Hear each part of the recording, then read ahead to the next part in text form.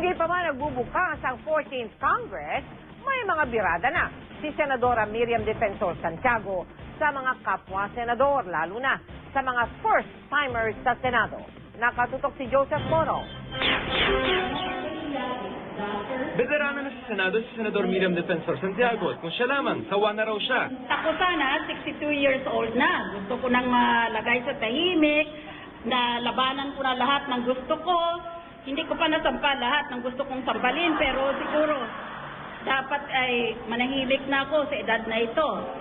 Pero kung inaakala raw ng ilan, lalo na mga first-timers sa Senado, na madali lamang ang trabaho ng isang senador, nagkakamali raw sila. Ilan sa kanila tulad ng kapoproklamang senador na si Antonio Trillanes IV, nagsabing magsasagawa sila ng mga investigasyon pagtungtong sa Senado. Tumaas ang kilay ni Miriam dito. Kung nakapaligid ka ba naman ng mga investigador na wala namang training, gusto pala nila mga investigador, ba't sila pumunta sa NBI?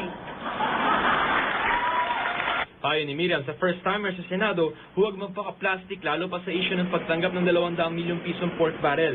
Pabogi lamang raw ang pagsasabing ayaw nila sa pork barrel.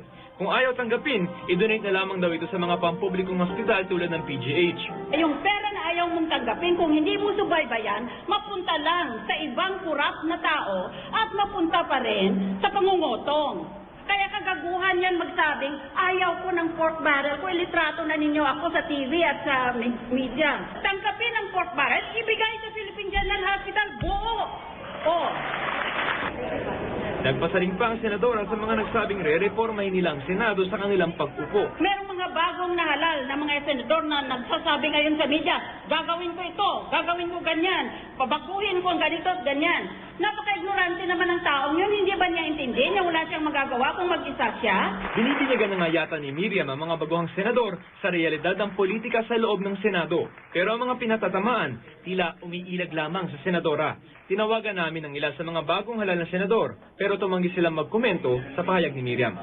Joseph Moro, Nakatutok, 24 Oras.